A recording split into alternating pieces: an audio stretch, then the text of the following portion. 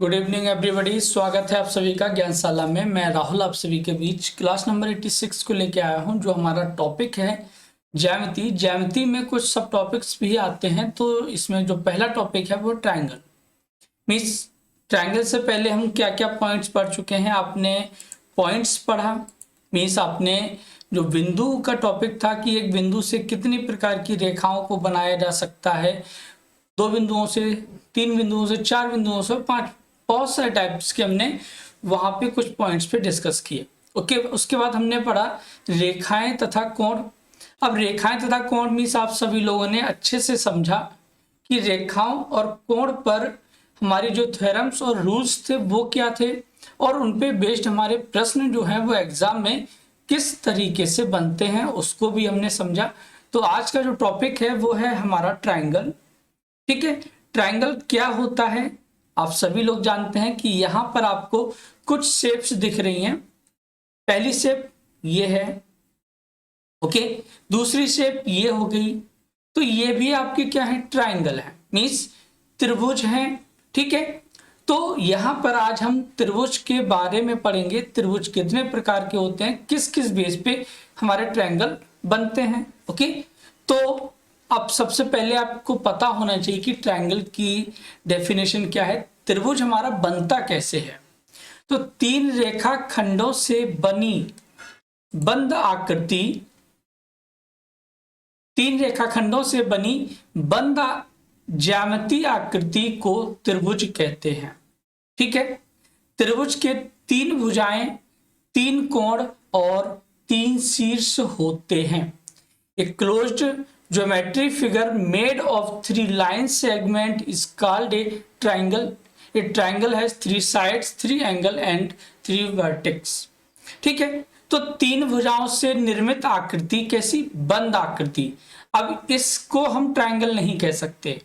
अगर आपने कुछ इस शेप में इसको बनाया कि सर इसमें आपकी भुजाएं तो 3 हैं, लेकिन तो ये तो त्रिभुज होना चाहिए, लेकिन मैं आपको बता रहा हूं कि ऐसी आकृति जो कैसी हो, बंद हो।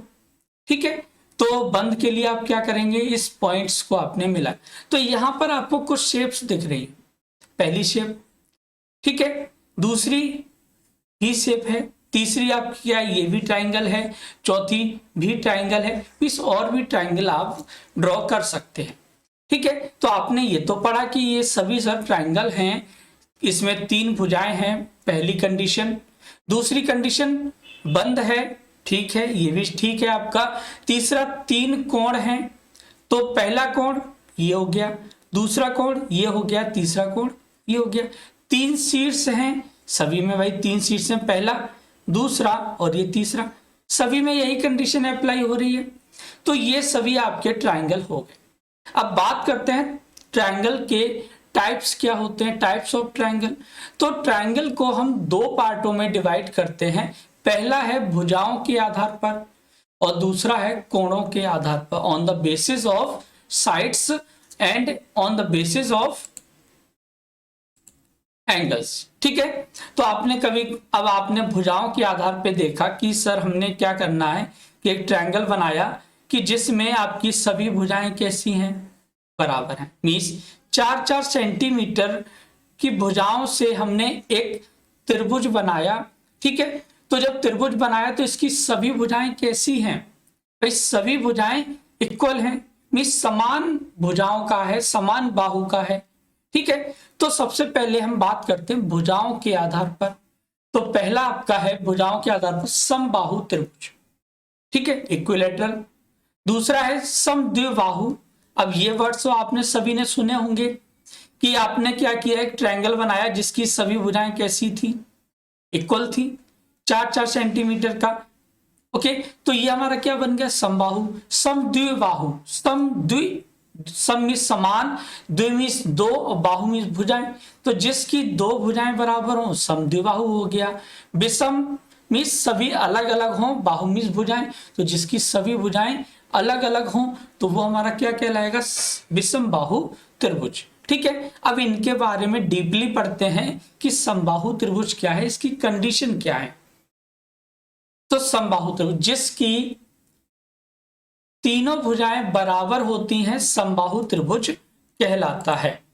ठीक है, a triangle in which all three sides are equal is called an equilateral triangle. अब ये तो आपने देखा कि हमने एक ट्रायंगल बनाया जिसकी भुजाएं 5-5 सेंटीमीटर की थी। ठीक है, जब 5-5 सेंटीमीटर की इसकी भुजाएं थी तो पहली कंडीशन, समबाहु त्रिभुज में प्रत्येक कोण समान होता है।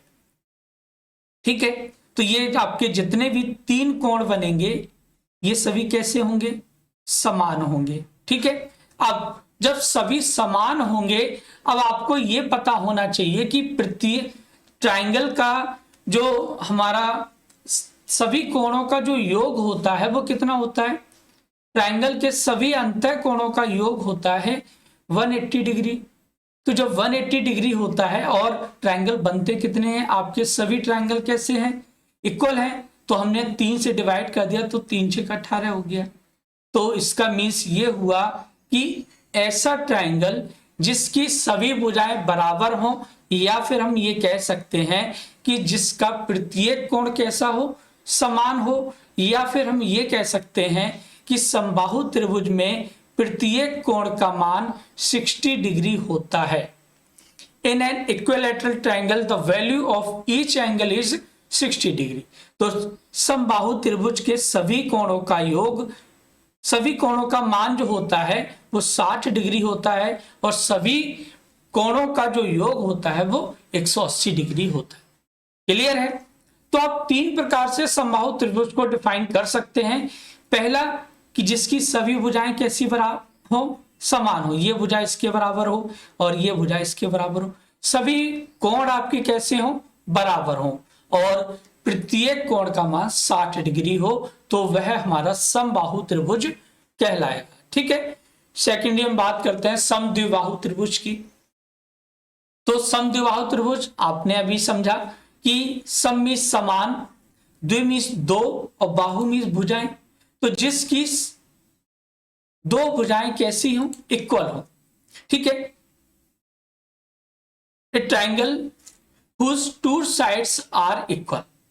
ओके, अब समद्विबाहु त्रिभुज में 2 कोण बराबर होते हैं। भाई जब 2 भुजाएं बराबर होंगी तो वहां पर इसके जो कोण होंगे, जब 2 भुजाएं बराबर हैं तो 2 कोण भी आपके कैसे होंगे, इक्वल होंगे। ओके, यदि किसी त्रिभुज के 2 भुजाएं बराबर हों तो उनके विपरीत कोण भी बराबर होते हैं। ठीक है, अब इसको समझते हैं कि आपने देखा कि यहां पर एक ट्रायंगल बनाया आपने, समबाहु और समद्विबाहु त्रिभुज में शेप में कुछ बहुत ज्यादा डिफरेंस नहीं होता है। आप समकोण को भी समद्विबाहु त्रिभुज बना सकते हैं, उसको आगे समझते हैं। तो ये भुजा कैसी है, ये भुजा और ये भुजा आपस में इक्वल हैं। ठीक है, तो यदि किसी त्रिभुज के 2 भुजाएं बराबर हों, ये 2 भुजाएं बराबर हो गई, तो उनके विपरीत कोण भी कैसे होंगे, बराबर होंगे। तो इस भुजा के विपरीत कोण कौन सा बन रहा है, ये वाला। ठीक है, और इस भुजा के विपरीत कोण कौन सा है, ये। तो ये 2 कोण आपस में कैसे होंगे, इक्वल होंगे। ठीक है, इस भुजा के विपरीत कोण कौन सा है, ये वाला। ये आपका इन दोनों कोणों से अलग होगा। ठीक है, यदि किसी त्रिभुज के 2 कोण बराबर हो तो उनके विपरीत भुजा भी बराबर होती हैं। If 2 angles of a triangle are equal then the side opposite side of them is also equal। तो अब इसके अपोजिट मैंने आपको बताया कि यदि 2 भुजाएं बराबर हैं तो उनके विपरीत कोण कैसे होंगे, इक्वल होंगे। अब इसके अपोजिट चलते हैं कि यदि 2 कोण बराबर हैं तो उनके विपरीत भुजा भी कैसी होंगी, बराबर होंगी। ठीक है, अब जैसे आपके पास एक डायग्राम बना हुआ है कि एबीसी एक समद्विबाहु त्रिभुज है। ठीक है, आपको शेप में दिख रहा है कि ये भुजा किसके इक्वल है, इसके इक्वल है। ठीक है, तो मीन्स भुजा ए बी, अब इसमें कौन कौन सी भुजाएं हैं, ए बी भुजा है, ए सी भुजा है और बी सी भुजा है। ठीक है, कौन कौन कौन से है, कोण ए, कोण बी और कोण सी, 3 कोण बन रहे हैं। मैंने आपको बताया कि यहां पर ए बी भुजा किसके इक्वल है, भुजा AC के इक्वल है। तो यहां पर जो कोण B और कोण C आपके कैसे होंगे, इक्वल होंगे। ठीक है, अब इसके अपोजिट यदि हम यहां से देखें इस पॉइंट से, यदि इनके दो कोण बराबर हैं, मीन्स हमें नहीं पता कि इनकी भुजाएं बराबर दी गई हैं या नहीं दी गई हैं, लेकिन हमें यह पता है कि इनकी जो भुजाएं हैं, इनके जो दो कोण हैं वो कैसे हैं, इक्वल है। तो इनके ये वाली भुजा और इसके अपोजिट ये वाली भुजा कैसे होंगी, ये दोनों भुजाएं आपकी इक्वल होंगी। ओके, समझ में आया। नेक्स्ट है विषमबाहु त्रिभुज। तो विषमबाहु त्रिभुज नाम से आपको क्लियर है, मैंने अभी बताया आपको कि त्रिभुज जिसकी तीनों भुजाएं कैसी हो, असमान हो, मीन्स अलग अलग दी गई हो।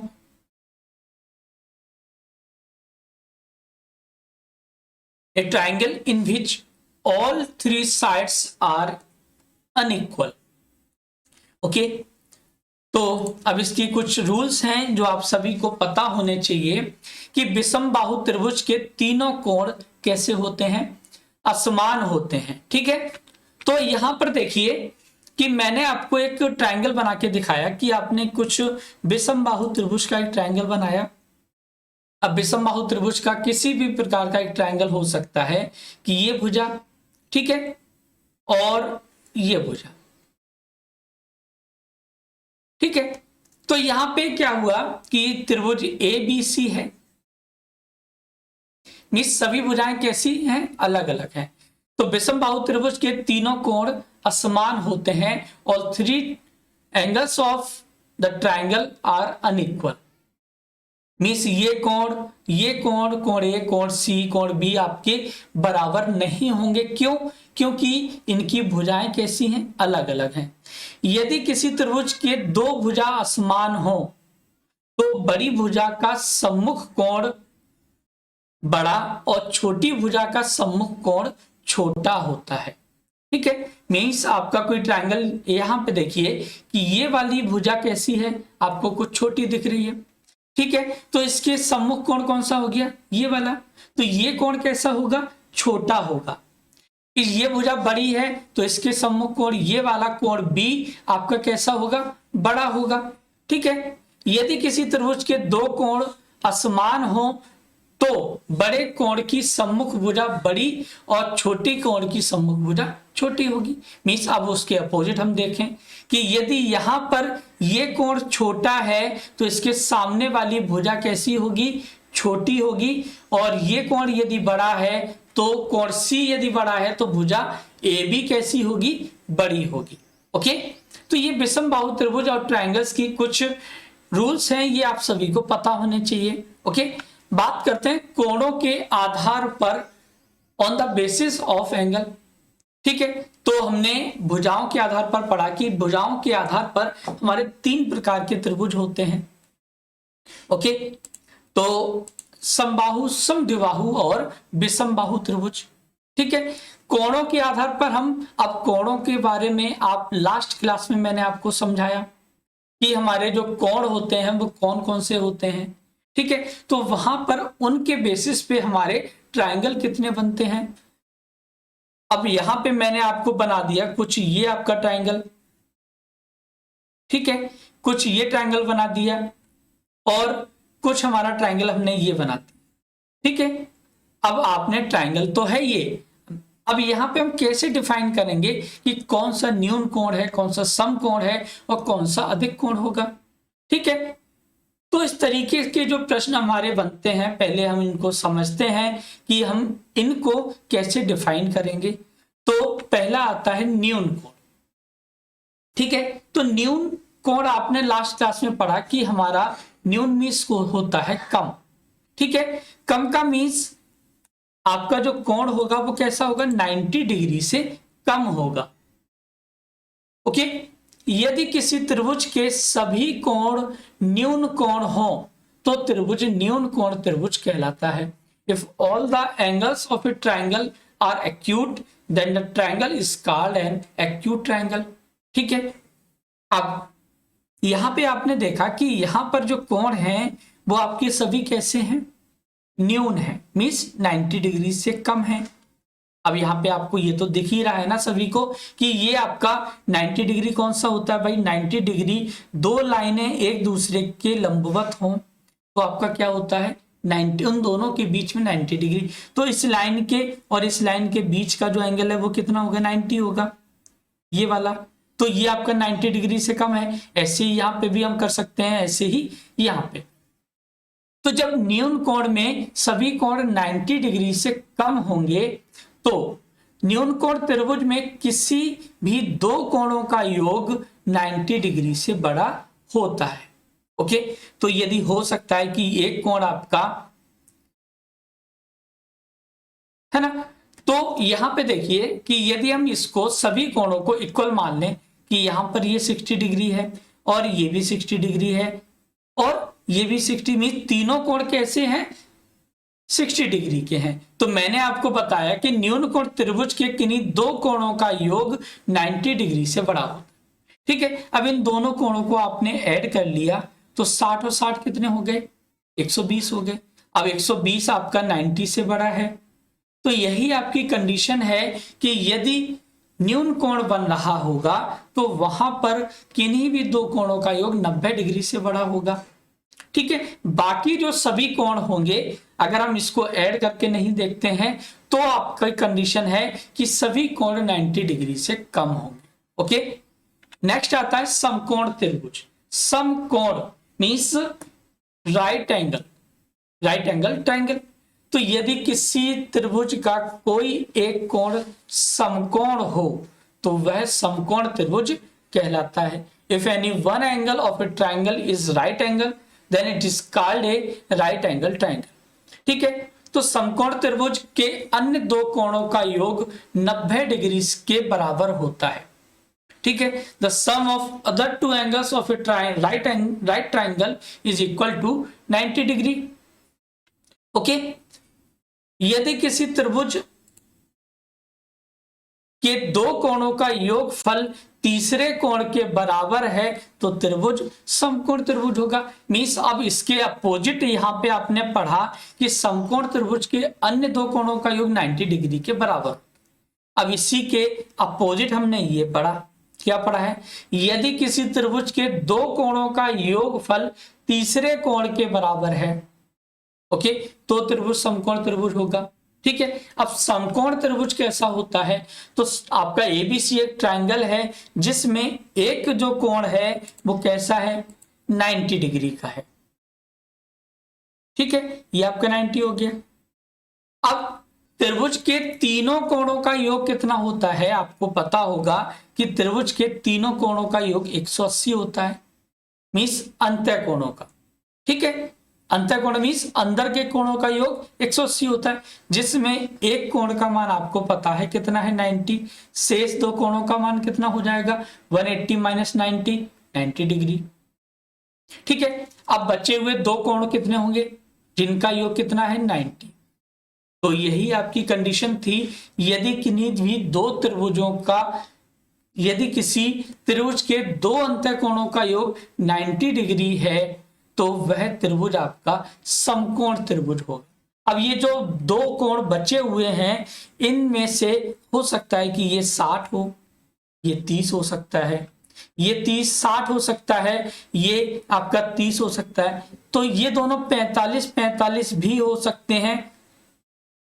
यदि ये दोनों 45 डिग्री के होंगे, अगर हम मान लेते हैं कि ये दोनों कोण आपके ए और सी 45 डिग्री के हैं, इसके अपोजिट जो साइड हैं या सम्मुख भुजा हैं, सम्मुख का मतलब उसके मुख के सामने, तो कोण सी के सामने वाली भुजा कौन सी है ए बी, और कोण ए के सामने की भुजा कौन सी है बी सी। तो ये दोनों भुजाएं कैसी होंगी, इक्वल होंगी। ठीक है, तो जब ये दोनों भुजाएं इक्वल होंगी तो ये आपका कोण कैसा बनेगा, समद्विबाहु। ठीक है, समद्विबाहु। ठीक है, तो समद्विबाहु समकोण त्रिभुज बनेगा, क्योंकि समान दो भुजाएं तो समान हैं, लेकिन एक कोण बी आपका कितना है 90 डिग्री का। ओके, क्लियर है सभी को।